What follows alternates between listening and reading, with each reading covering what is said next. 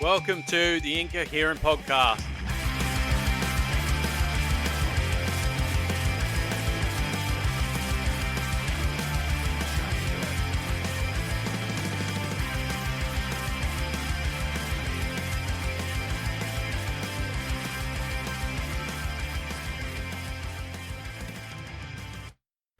Welcome to the NRL Grand Final Week bonus episode. We are the Incoherent Podcast. Today we'll go through all 6 teams that play Sunday and give you our take on all 3 games. Hoover's back. How we going? And Zach's returned. Yes, back from central New South Wales, out of the Dust Bowl and back to civilization. Yeah, and he's back Tuesday as well. He tried to tell me he wasn't, but he is. So he's excited for Sunday. Yeah, pretty keen for it, actually.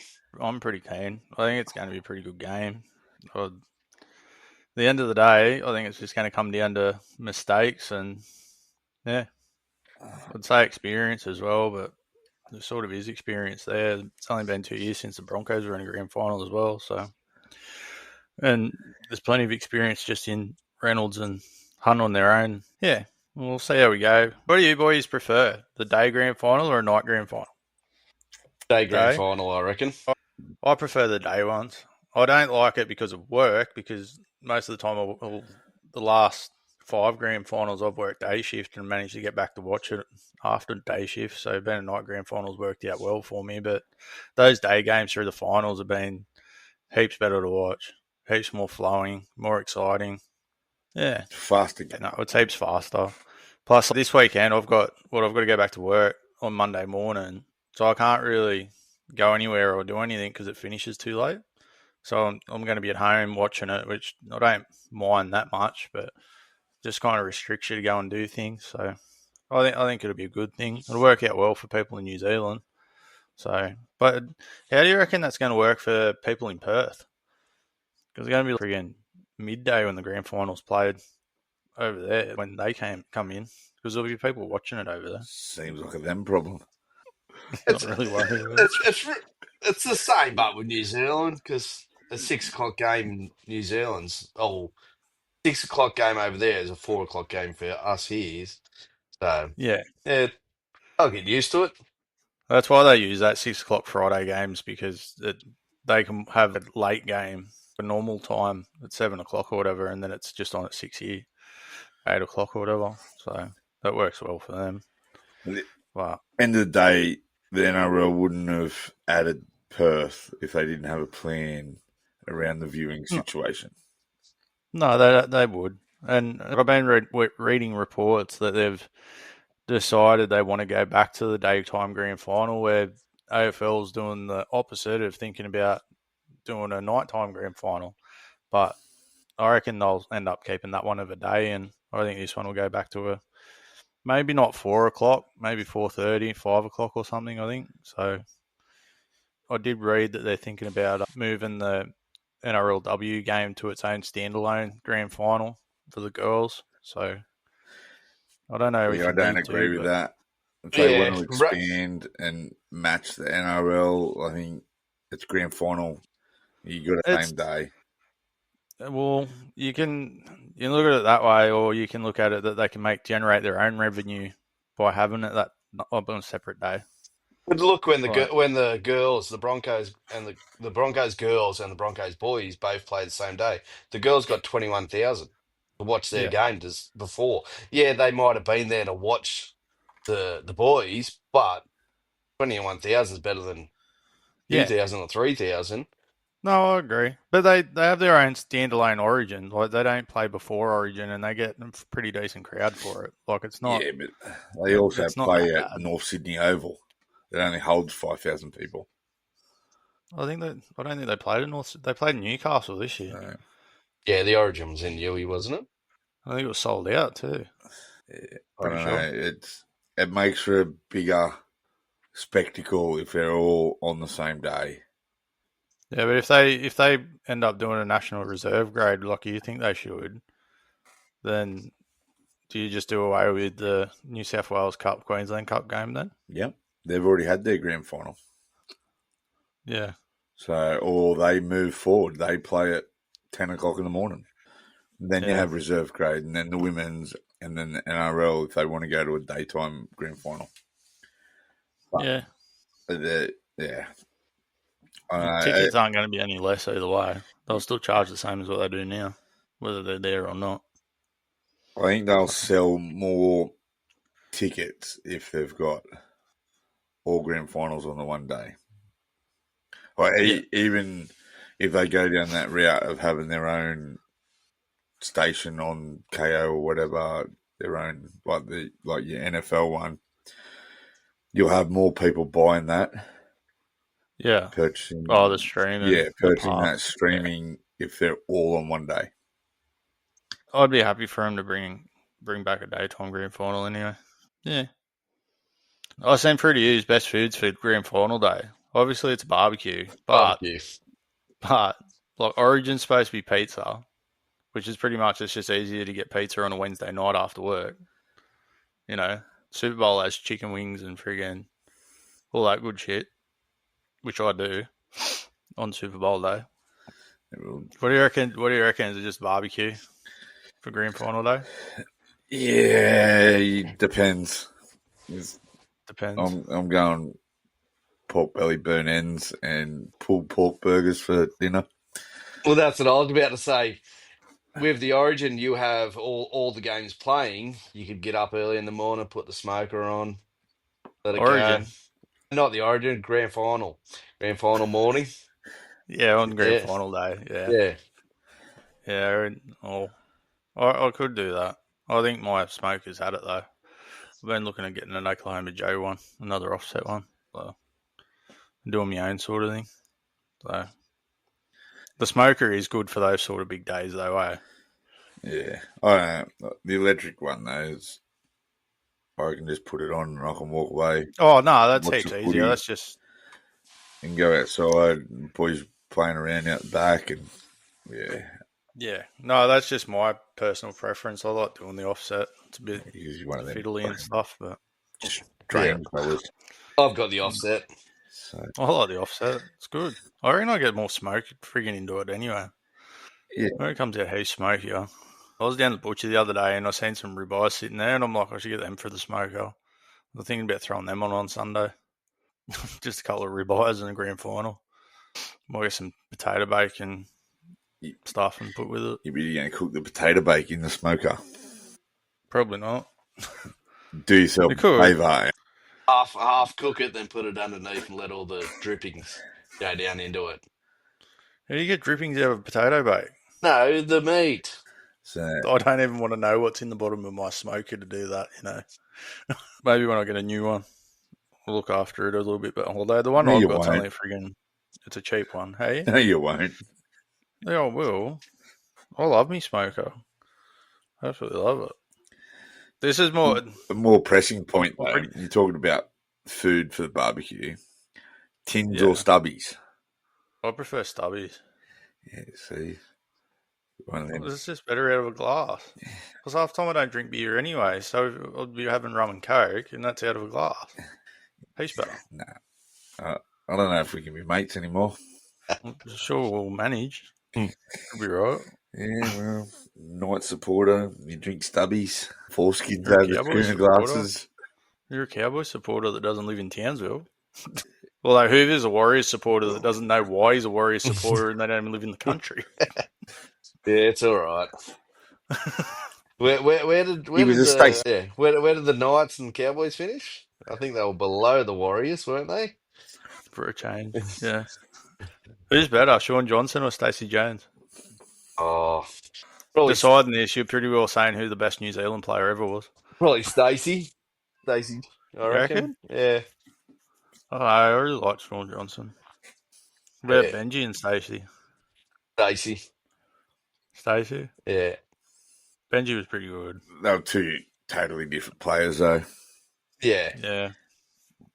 Stacey was that game controlling half. Benji could. Yeah, well, Benji broke a lot of Cowboys' hearts. Yeah. Fuck Benji. That'll segue into our next thing. Yeah. Zach, what's your favourite grand final? Please tell me it's 2005. Well, I've had a couple of losses, but yeah, 15 is definitely my favourite one. Yeah, well, that's the thing. I put that in there, and I'm sitting there. I go, mine's probably 2001, not 97. I love 97, but 2001. The Knights coming out absolutely dominated an Eels team that broke records all season, and nobody's seen it coming. And then it was a full comp, and that's probably the main reason that's my favourite, because the Knights won a full comp. Nobody can say that it was half a comp and all that crap. So mine would be 2001, and it did make me remember how good of a player was Ben Kennedy. Well, he doesn't get mentioned very much these days, but he was a weapon, absolute weapon. So, what's your favourite grand final, Hoover? That's what I thought when I put it down there. I'm like, well, I know what Zach's is. His would be 2015. Mine's 2001. What's yours? I'm going to say the Dogs Rabbits grand final. I Really? think it was 2014 when You're shooting. when we were Yeah, away. When we were away, yeah, sitting at Wee War. yeah. And then my old man rang me and said that the pigs were pregnant, and he didn't know why. Yeah, Well, we know when why. Jonesy broke his Burge, first yeah, tackle. broke his eye socket first tackle. Yeah. Was he cheekbone? Close enough. Cheekbone, eye socket, pretty close. Yeah. It's all going to hurt. No, he's just soft. I would have played through it. Well, he did play through it. He played the I know he rest of the played through game. it. I would have been out crying. Don't worry. Hey, I've seen you run away from your own shadow. that day I came out to watch you play football, I was watching a whole Knocked out different. first I tackle. was watching a whole different person because you ran on, made one tackle, and then you were off because you got knocked out. I didn't get knocked out. I didn't get knocked out. I just got rocked, and they pulled me off in case. Yeah, They just took me off the field in case I was concussed. I'm like, I can go back out, and they wouldn't let me. Not I the thought first you were time playing you've the been whole. pulled off in public. Yeah, I thought you were playing the whole game, but it wasn't even you. It was some other bloke that I was. That's where you need to wear your glasses. Yeah. That's a you thing. That's not me. Was not me at all. So I'll do a little bit of a catch up while Zach's here. So since you've been gone, Jonah Pezzet's been offered as a loan option for 12 months to a multitude of clubs. The Raiders came up, which when I heard that the first time, I'm like, that'd be like perfect for his career. But unfortunately, they turned him down. And since then, Parramatta's popped their head up, the Titans have popped their head up, and the Cowboys have apparently popped their head up as well. So what do you reckon? Cowboys take Jonah Pezzett? Well, the other one is that they're seeking interest in Matt Burton.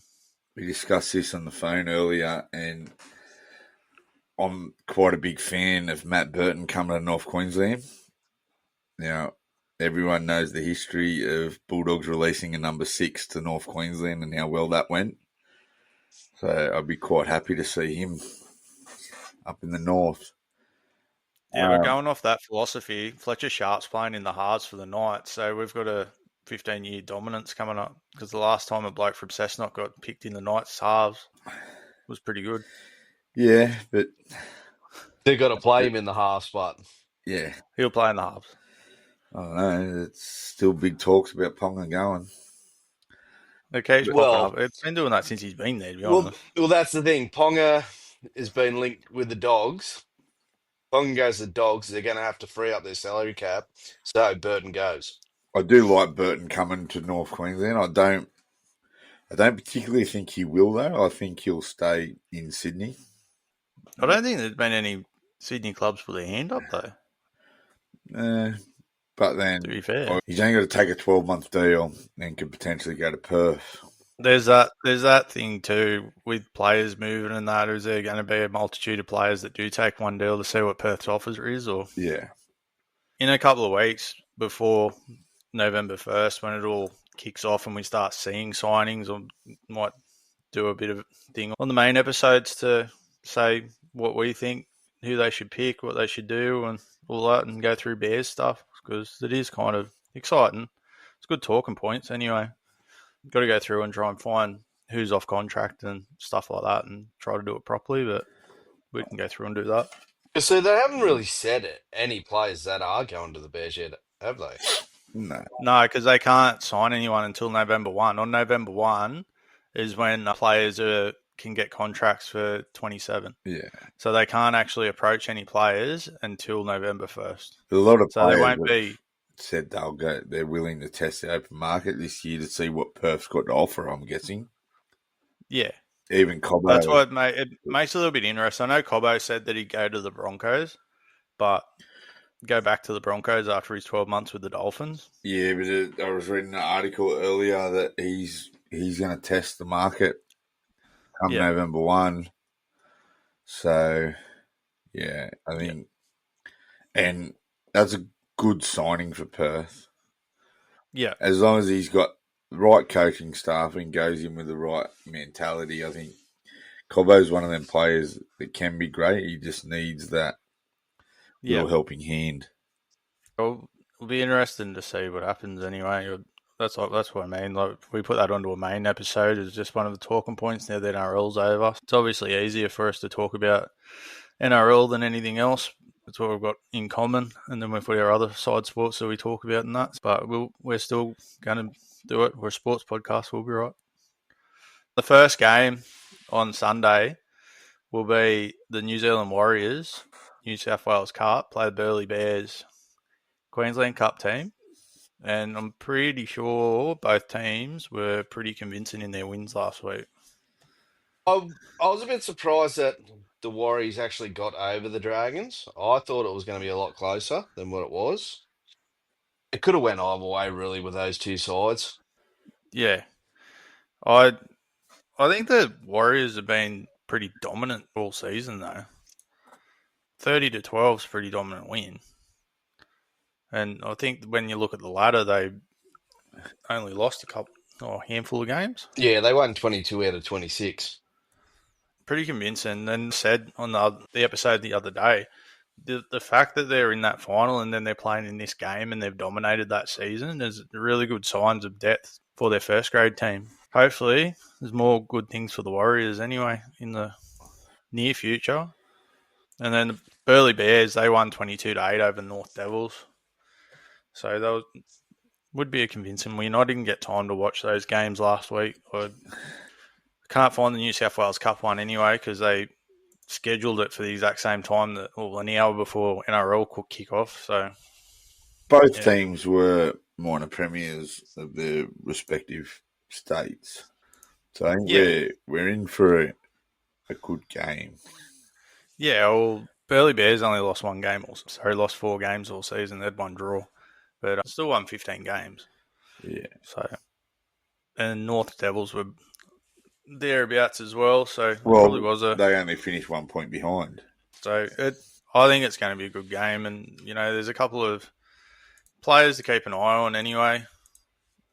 Well, pretty much the Warriors side, they've got, I think it's, most of their side are NRL players that have played in the NRL. I'm a fan of Tuapiki, so I think he's got a big future in the NRL, whether he stays in New Zealand or whether somebody over here.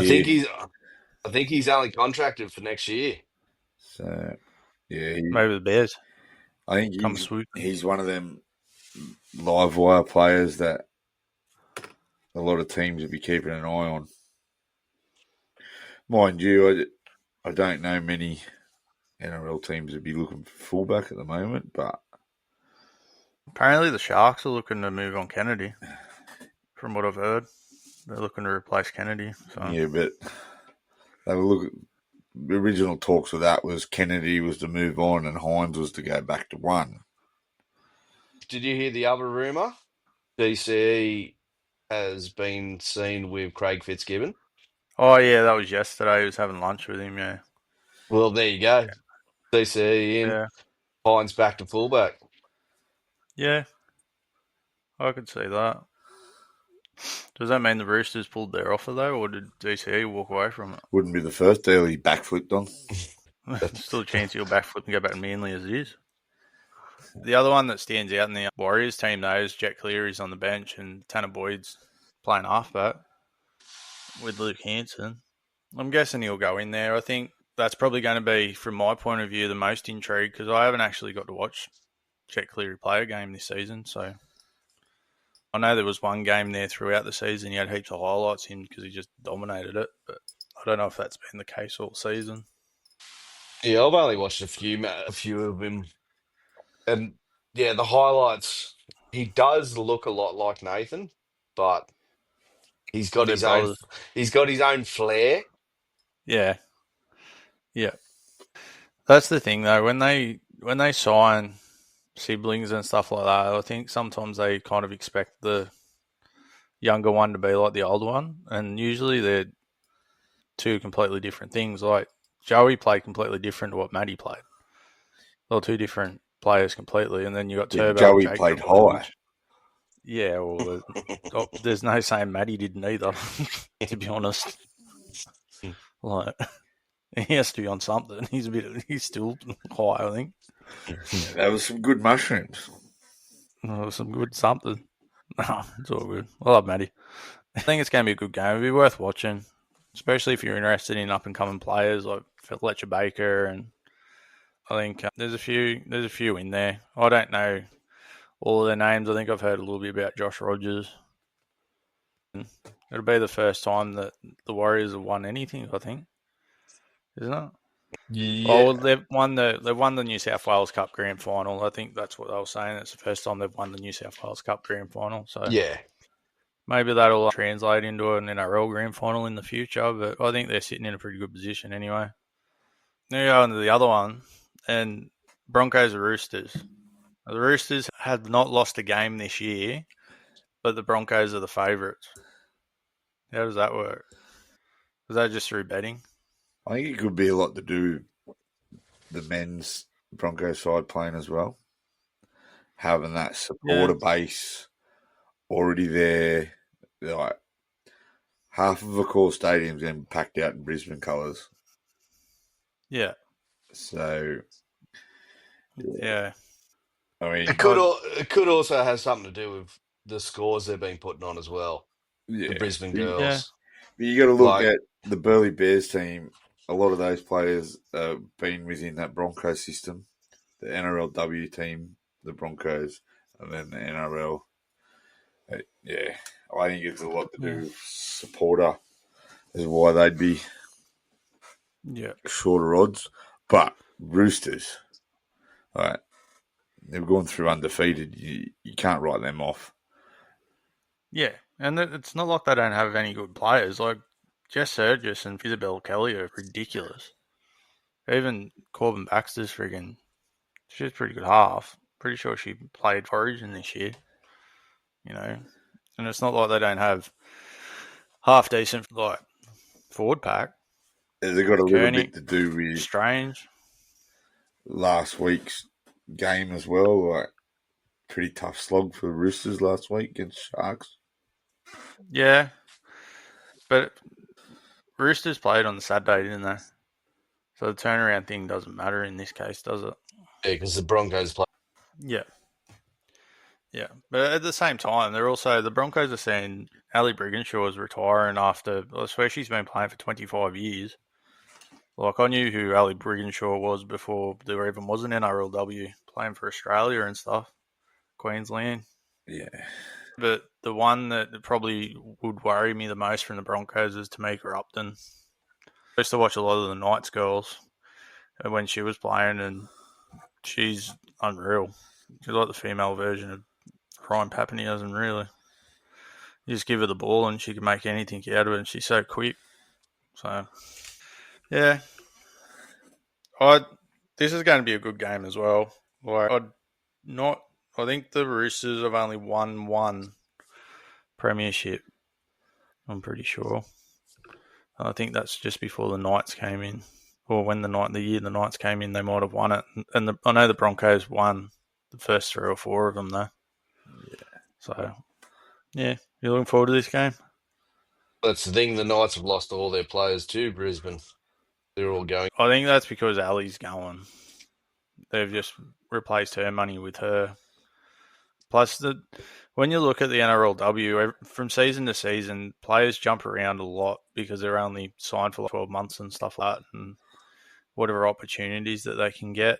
So it's still a growing competition, and they'll start putting more restrictions and stuff. And I think once it goes a fully professional route, it'll be a lot different, and they can police it a little bit more. So it's still a growing competition, and it's not a bad competition. Like the girls' games are good to watch. There's not as much crap in it as there is in the NRL, and they play properly and they just get on with it. You know, I find it's a lot and more free flowing. yeah, that's what I mean. It's they just play properly. They're very skilled. It's not what some people seem to think, that it's just crap, because it's not. They do such a good job, and they must work so hard. It's unbelievable. Isabel Kelly got up the women's Dally M the other day as well. Was the best player, so she's been a pretty good player for a very long time. No, I'm looking forward to it. I think it's going to be a good game, that one as well. We'll go on to the main one. Storm Broncos. What do you reckon? Broncos, if you'd asked me halfway through the season, I had them and Penrith both at the bottom. Penrith were at the bottom. But Yeah. I don't know, Madge done something around Origin time and we ended them up and had them fire and leading into the finals, and they peaked at the right time, I guess. 6 weeks, Melbourne. Not so convincing, but I think Bellamy, he's had that experience in that getting the boys up for finals footy, and yeah, it's going to be a good game. Yeah, I think it is going to be a good game. And normally I'd look at Bellamy and go, well, Bellamy's been here before, done this before, and all of this. But then Madge has won a grand final. He coached New Zealand to a 30-0 game over Australia, so that's a big game. That's not a small task. And then last year's State of Origin, he had them firing. It's like freaking apples and oranges compared to what they've done this year with pretty much the same team. So I think as much a difference as what you think it's going to be. I think Madge is going to have them up for it, and honestly, I think this game is going to be a very, very tight game. A very tight game. And I think it's going to come down to mistakes. You reckon? I reckon it's going to be 14 plus. You reckon? Yeah.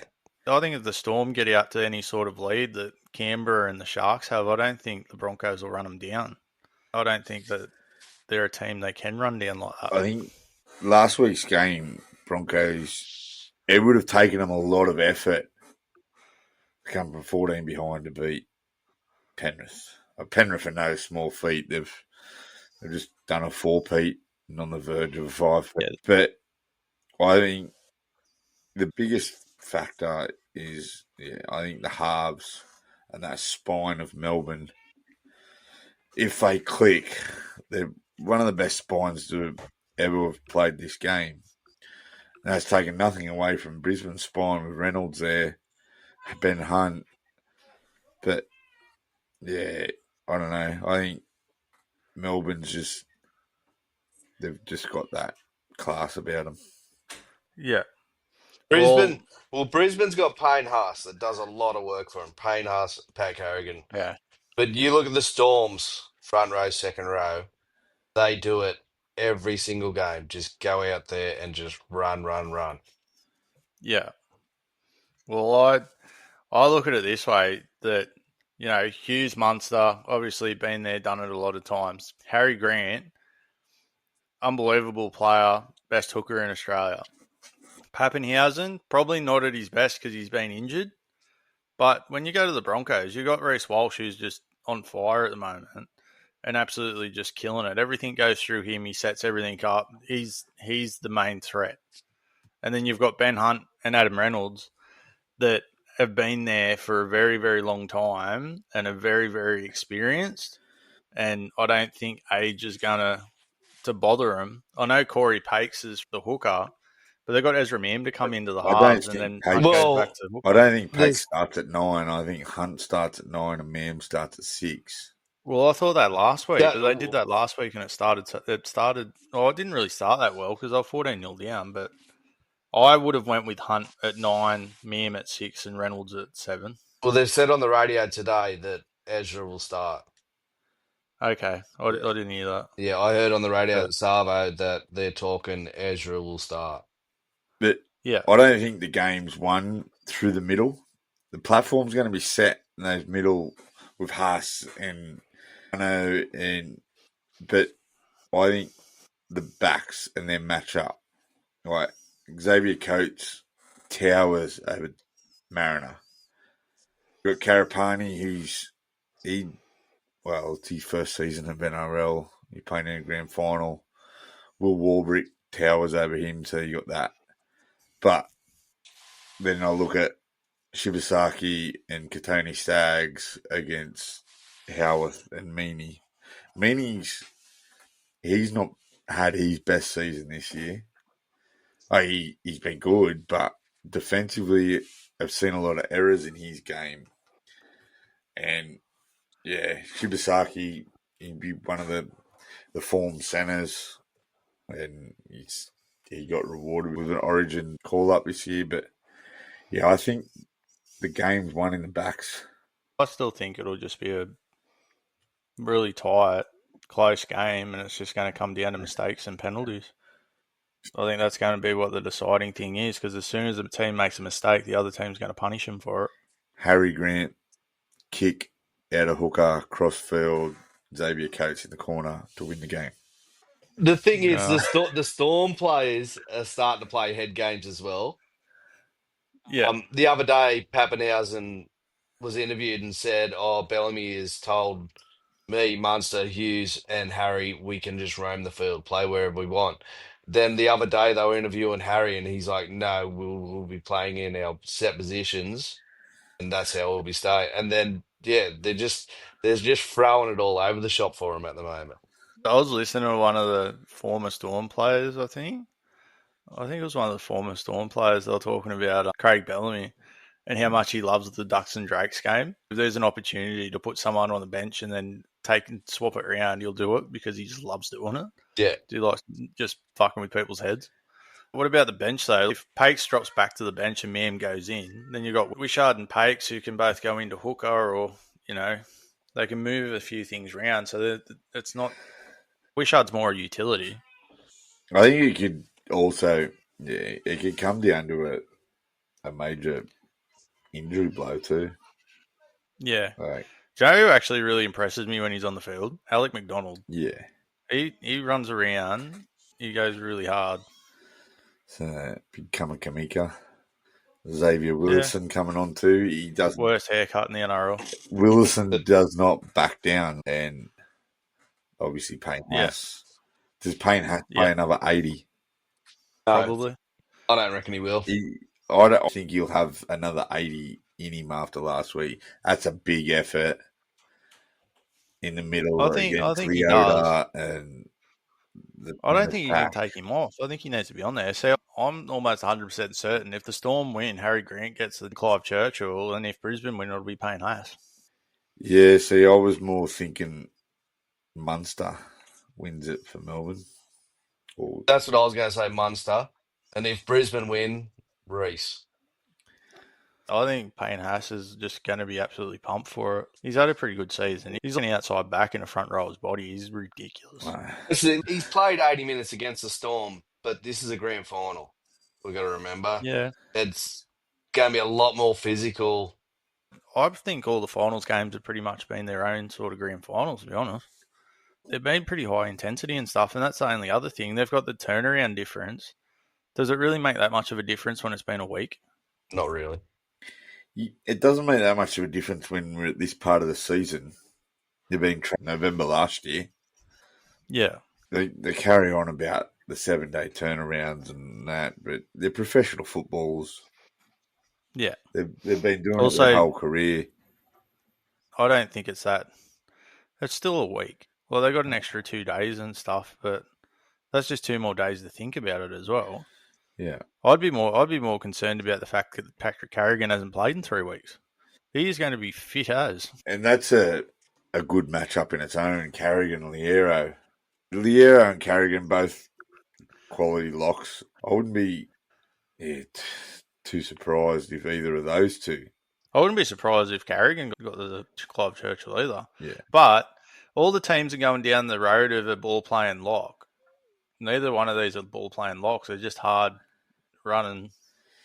No, Carrigan right. could easily fit into the front row as he does into the lock. Well, Carrigan's played in the front row before, but he doesn't need to anymore. No. But yeah, I don't know. Elise Katoa, another good back rower that could quite easily turn it on Sunday Arvo and win Clive Churchill as well.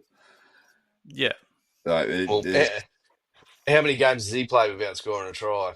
It's very rare for him not to score a try in the Storm games. Yeah, he knows how to find the line, that's for sure. Yeah, I remember when Coates left the Broncos and he was going down to Melbourne when the Broncos weren't doing so well, and I'm like, he's going to be ridiculous when he gets down there. I coached under Craig Bellamy and all that, but yeah, Will Warbrick impresses me the way that he's just going in leaps and bounds. To be honest, he's a really good player when he can catch the ball. He has a bit of trouble with catching the ball sometimes, but when he's on, he's on. So I know that Reynolds and Hunt, they're going to be kicking towards Warbrick. They're not going to be kicking it towards Coates. No, that's right. But Warbrick's, he's got those couple of little drop balls in his game. Yeah, well, that was probably one of the big talking points last week, is that he didn't. He took everything that was thrown at him last week, so I think he's going to be up for it. So. Yeah. The boys will be around. What about Stefano, Corey Jensen, Josh King? We already said how good Payne Huss is. They're pretty good front rowers. Stefano leaving the West Tigers, going down to Melbourne, best thing he could have done for his career. He's out and out one of the best front rowers in the game. The same thing with Josh King. I remember when Josh King was here, and everyone wanted to know what photos of Nathan Brown that Josh King had because they kept picking him, and now he goes down to the Storm, and he's a high quality front rower. He wouldn't be out of place in the Origin or Australian teams. It just goes to show when players leave a club and they go to another one, sometimes they just improve, and it's just the culture that does it. But yeah, we haven't even talked about Katoa yet. Well, Katoa couldn't even get a run on side for the Warriors. He was off the bench or not even in the side altogether. Goes to Melbourne and he's in there all the time unless he's injured. I think the main thing that I can point out is when you go through the team list, you can't really say any's better than the other, really, because they all do their job and they're all well coached and they do well at it. That's why I think it's going to be a really close game. It might be high scoring, but it'll be back and forth. Yeah. It's gonna take something special to win this game, I think. Who's Melbourne going to let kick? Harry Grant's going to get the ball from the ruck and he's going to just kick it across field. Xavier Coates going to score in the corner and do half a backflip and land on his head and putting the ball down in the corner. Yeah. But then who are you gonna have kicking it? Well, he was taken out in the air, so it was going down as a penalty try, and Pappenhausen get kicked from in front. I was going to say, because Pappenhausen isn't kicking that well at the moment, and neither is Meaney. I still think Nick Meaney gets the nod and kicks for Melbourne on Sunday. Yeah. You'd have to. Yeah. Well, they've had 8 days to practice. Yeah. Not that hard to goal kick. And that's the same with Brisbane. Who are you going to pick, Reece or Reynolds? If Reynolds will do it. In big time games, Reynolds. I think Reynolds does it. I think Reynolds takes it. It takes that little bit of pressure off Walsh. He can just concentrate on his game and don't even have to worry about it. Especially after last week's couple of hiccups. Walsh was only kicking last week to save Reynolds' hemi a little bit. I think if the kick's in front, maybe Walsh takes it because it's in front. Well, he missed one there the other day next to the post. I don't think that you can take it off Reynolds after that kick from the sideline, to be honest. Well, he just nailed it, and he was just so calm. There's just nothing to him. And he's been like his whole career. I think you give it to Reynolds. Well, unless he's still niggling. Coming from the Rabbits, all their tries were on the sideline, the Rabbits. Yeah. With Alec Johnson. They used to score from a lot of kicks when he was there. That's the way they used to score. But he's probably one of the greatest ever goal kickers, Reynolds. Not just the best kicker in this team, he's one of the best kickers the NRL's ever seen. He'd be up there with El Mazari, Halligan. Talking of Reynolds, if he wins, is this the biggest slap to the South's face for letting him go? Well, they let him go because they thought he was at the end of it, so probably, yeah. And he's gone on. This is the second grand final he's made with the Broncos since he left them. And potentially, he's probably more chance of, well, actually, they had every chance to win that one too, but they let Cleary put on a clinic for 20 minutes and lost it. But, yeah. I know he signed a 1-year contract for next year and then said that he'd retire, but he's had a couple little niggling injuries since then. If he wins it on Sunday night, does he announce his retirement? Oh, I don't think so. I think he plays on next year. He'll stick around, but he won't play as many games next year. Yeah, it won't be. If he's hurt, he will be out and try to bring through Duffy or whatever. Yeah, I don't know. Duffy. I still think he's got a place in that team next year, but he could turn around and retire. Reynolds and Hunt both retire at the same time after the grand final, and that leaves a pretty big hole going forward for next season. Yeah. So what does he want to come back and aim for that back-to-back? He's gonna when he retires, he'll go into one of those sort of coaching positions, surely, which will just. I think that's part of his deal with the Broncos. He goes into coaching. Yeah. At the end of his career, they're not going to miss. I think they'll miss him on the field. And it's been proven now that back-to-backs, it's a myth now. You can do it.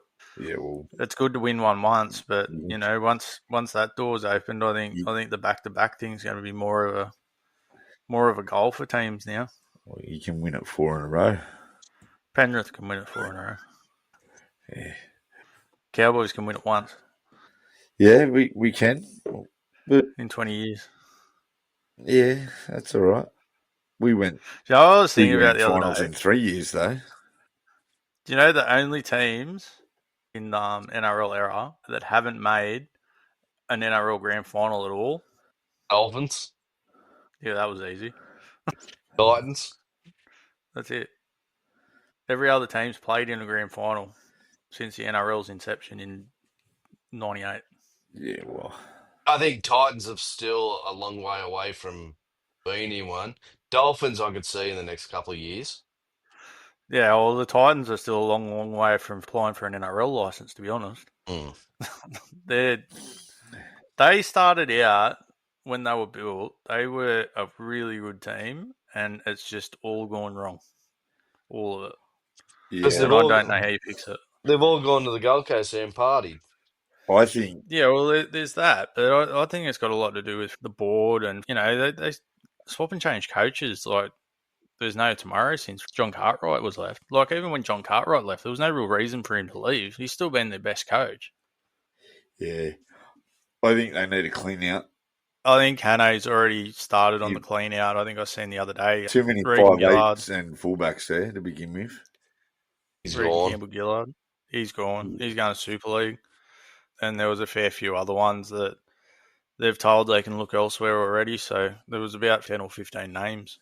They're really cleaning out, and you know, which is shitty timing for them to do it with the Bears around the corner. Well, that's the thing. They've got to find players. They've got to find the players to put into place and start building. But you've got the Bears that are cashed up and can take the best of the best. So you're still left with, you know, until it's a couple of years down the road and it all settles. But even then, the year after, you've got PNG and they'll have money if they can release Brimson or Campbell. I don't think they were one of the ones that they're looking at releasing. Campbell's best position's fullback. Brimson's best position's fullback. Yeah, I know. Neither of them can both play fullback. Neither of them are going to be playing fullback. That's right, because you got Kinney. So if I'm the Titans looking long term, I'm probably looking at Kinney there as well. Yeah. And I'm sorry, AJ, but you're probably the first name I'm going to let go. Yeah. Just on age alone, you look at long term, Kinney is young. He's a lot like Tulpiki. He's going to be bloody live wire. Yeah. Well, what if you move Brimson to lock, push Tino up front? I don't think Brimson. Is Tino going to stick around? Well, that's the other thing too. I I think think he he might will. now that Hanne's there. But yeah. There was a lot of talk of him moving on. That's the thing, though. You've got the Bears coming in. You've got the Rugby 360. So any decent players. I was looking today that Jai Gray's been offered $2.5 million to go to that Rugby 360, and he's off contract to go and do it. That's big money to be throwing, but it's going to be very hard because both the Bears and that they're going to want to be successful. The Titans don't really have a proven track record of doing anything. Well, that's the thing. The Titans have got to rebuild after the season they've just had. How many players? Yeah. How many players are going to say, "Yeah, right, I want to go play for the Titans now"? Probably none of them. With them doing a massive clean out and where they finished on the ladder. It needed to happen, and it probably should have happened a couple of years ago, not this year. But that's where the teams like the Broncos and the Panthers, they're good at shedding that dead wood. Even the Roosters are good at it. They went through a period there where the Knights would pick up all their ones that they were shedding. There were decent players. They were playing Origin and stuff. You get Pierce, Guerra, and all that just because they're like, all right, they're getting to this point in their career. They move them on and bring the next one in, and they replace it, and it keeps going like that. The Roosters have kind of stuttered where they are at the moment. They've been stuck in that sort of around 8th position for a few years now where they haven't kicked on with Roosters are also back to be right down the bottom of the Raiders this year, and they both played finals football. Yeah. Yeah. And they both deserve to be in there as well, I reckon. I must say, though, with the Dally M's the other night, I was actually pretty happy with all them. I couldn't argue any of them this year, to be honest. I can. Like, the only one I didn't... Is it Ricky Stewart? No, the only one I didn't agree with was probably Cleary winning halfback of the year. I think Qatar was more consistent. Cleary, I can't take it away from Cleary. He turned that Penrith side around the back half of the season, but yeah. Yeah. But then again, if Luke Metcalf didn't injure himself, would he have been the halfback? Maybe. Yeah, Because he was leading the Dally M's and then missed 17 rounds. 17 rounds is a lot to make that call, though. Well, he was in front by, I think it was 12 points. Yeah. After 10 rounds. That's the only thing that kind of lets him down is that he's had a couple of seasons now where he is injured. Yeah. And they're not small injuries. And that's going to be difficult with the Warriors going forward. I don't think Tanner Boyd did too bad of a job. I think people bag him from his time at the Titans. I think he's still a decent little player. He's got a really good kicking game on him on his day. He has got a good kicking game on him, but I would have gave Jet Cleary a run at the end of the season, really. Oh, yeah, 100%. 100%. But worst case scenario, they weren't dropping out of the 8. The last I don't know what his contract's. I don't know if he's on a development deal or there is rules around bringing people in and stuff. I think that's why when Strange went down the Canberra game, that's why Sasongi come in and played 5'8" was around rules. Well, he's only got 2 more seasons with him, so they got to blood him either next season or the season after, really. I think he plays first grade next year. I think Jet Cleary, it won't be at the start of the season, but through the season, I think he'll end up there or on the bench or thereabouts. You don't want to. Hey, you're still going to have Metcalf when he's fit, and Chanel. Yeah, you got Metcalf and Chanel. And Tomas signed on as well for another year. I think. Yeah, well, he's signed for another. Yeah, he's signed for another year. So, I don't know. I think Jet Cleary's thereabouts, not far off having that conversation, but yeah. I think when he comes in, there's going to be a lot of pressure on his shoulders because of his last name.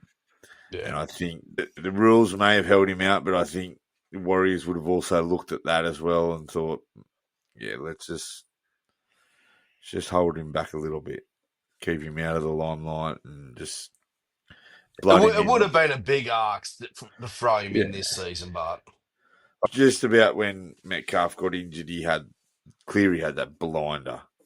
I'd imagine he would have been talked about, but Webster did come from the Penrith system and would have been he's close with Ivan. yeah, So come he'd know from the Jet anyway. Warriors. I know that, but what I mean is he'd be close to his family and that he'd know Jet really well, like even outside of football. So he probably knows what's best for him. And at the moment, I'd be almost re-signing Webster. I'd be extending his contract because he has done such a good job. Otherwise, it's a pretty proven track record. You do well at the Warriors and someone else comes sniffing around and they jump ship. Well, that's the thing. He's the only coach really that's kept him up there the last couple of years. Yeah, well, Todd Payton was there and they threw everything at him to keep him there and he just didn't want to stay there. Ivan got up and went to the Penrith pretty quickly. You know, they've got to try and hold on to these coaches. They need a Craig too Bellamy cold type over coach in New there. Zealand. I'd be dreaming for that cold once summer hits and then getting these hot days. The sheriff wanted to come back to some tropical country up north. Well, I'll tell you what, it was a pretty nice day to be playing golf. Nice breeze. It was shit hitting the ball into it, but pretty good. I was feeling pretty good anyway. That doesn't matter because yours all run along the ground anyway. Yeah, I know. Yeah. Well, it wasn't. It was one of those days where when you play golf and you feel you've had a bad day, you just can't hit them properly and you're like, I don't want to know what my score is. And then I got to the end of the day, it was better than what I expected. I thought I was getting 130 plus and I didn't. I'm not sure what you mean by those kinds of days. Well, my best score there is 114 and I got 117 today. And there was a couple of holes there where I've just muffed a couple of chips and friggin' Who was scoring, but Bodie. My watch. Yeah, that's Bodie right. I was keeping score. It was all good. You got 117. I'll do it properly. Bodie got 100. No, I don't see the point of cheating. I'm not going to get any better if I cheat, so I'll just do it properly. I'll take me drop shots and shit. There would have been a fair few of those. Yeah, well, yeah. A few submarine. But you know, balls. If you hit the ball in golf and it doesn't leave the tee box, that's a free re-hit. I found that out the other day. It's also first shout too because you don't make it past the ladies' tee. Yeah, but you get that doesn't add to your score. I found that out the other day. As long as it doesn't go in front of the white markers. We're not playing US PGA Tours rules right now. No, if it doesn't leave the tee box, I can re-tee it. If you hit the ball and it moves, it counts as a shot. No. If I hit it and it falls off the tee, I can put it back on the tee, apparently. I was having a look. It's probably because you farted and knocked it off. I'm not going to go through and bore everybody by asking each of us what our predictions are for the weekend, because none of yours have changed since we decided. Nah. The Warriors win the state champion. Then Roosters will knock Brisbane off in the NRLW, and Storm will win the NRL. Yep. But we already spoke about, I think they're going to be close games, and if it does go the other way, I wouldn't be surprised at all. But yeah, no, I'm not going to be surprised if the Broncos win. I'm not going to let the Broncos win because I know a few Broncos supporters that are horrible. If I've got to listen to Jonesy for the next 12 months, it's not even Jonesy. You know the worst thing about Jonesy was when I've got no phone reception. I seen him the other day on Facebook and he put a post up about friggin' Bag and Penrith. I've got a screenshot on my phone. I can't find it of him saying that he's a Penrith supporter 2 years ago. I've got a screenshot of him saying how good the Panthers are and he's a Panthers supporter and everything. I couldn't find it to put up on his post. But the funny thing is, he told me weeks ago we were going to pick up something with him, and he said Broncos will make the top 4 and they'll make the grand final. He called it weeks ago. He did. Yeah, but he's also a Manchester United supporter too. I can't take anything he says serious. Let's not give him too much credit. He might try to get on the podcast. 3's enough. 3 will do. That's our predictions anyway. The New Zealand Warriors beat the Burleigh Bears. The Roosters will beat the Broncos in the NRLW, and the Storm to beat the Broncos in the NRL. And our bets haven't been going too well. Our multi's already gone down. We've still got 2 remaining as of now. We'll see how we go anyway. And then start again next week. He's looking forward to the Tuesday's episode. Tuesday. Yeah. Tuesday's good. Yeah, we'll obviously we'll be talking about the result of these games anyway. So, yeah. And then moving forward, we've got the Ashes and for both rugby league and cricket. Big Bash, A-League, EPL, NFL still going. So, heaps to talk about. Yeah. The women's cricket T20 World Cup's on at the moment too. Yeah. England won the Women's Rugby World Cup tonight. Yeah. No. Didn't watch a bad NFL game today, actually. The Rams were playing the 49ers and went into overtime and stuff. So, friggin' Rams nearly won it and friggin' ran over for a 1-yard rush and a friggin' one of the rookie players hit the ball out as he was going over the line. So, it wasn't too bad, actually. I only got the end of it after golf. So. Wallabies nearly beat New Zealand in the Bledisloe Cup the other night too, so be interesting to watch them this week too, see how that goes. I'm going to try and watch that because I'm off, but I also want to try and watch the Australia Cup. So I might be doing some funny things, watching one on my phone while I'm watching the other one, I think. There's not too much on otherwise on a Saturday. Yeah, well, that'll be a good one. Because if the Wallabies win, then they jump New Zealand in the table. Yeah, in the Rugby Championship. Yeah, and Springbok play Argentina. They're both rematches of last weekend's games, but Springboks give Argentina a bit of a touch up. But yeah, it's been a long time since Australia's got the wood over New Zealand in the rugby. So yeah. They're getting closer. Oh, building for that World Cup in 2027, I suppose. 27? Yeah. The Soccer World Cup next year. Well, you got talks of Nawase going back. Then I was reading... Yeah, well, not talks. He is going back. He's going, but then I was reading about Angus Crichton. Yeah, he come from rugby. From rugby as well, and he was... And with Cam Murray. The Roosters are looking that they could possibly move him on, and his agents, in talks with rugby clubs so that he can be eligible for the 27 World Cup. Yeah, I think Crichton's been flirting with going backwards and forwards for a while, though. Because he'd do weird short-term deals with the Roosters. It's always been a little bit strange. Yeah. Yeah. Anything else? You got anything, Hoover? No, that's about it, really. You got a joke? Joke. He's looking at you, so that's a bit of a joke.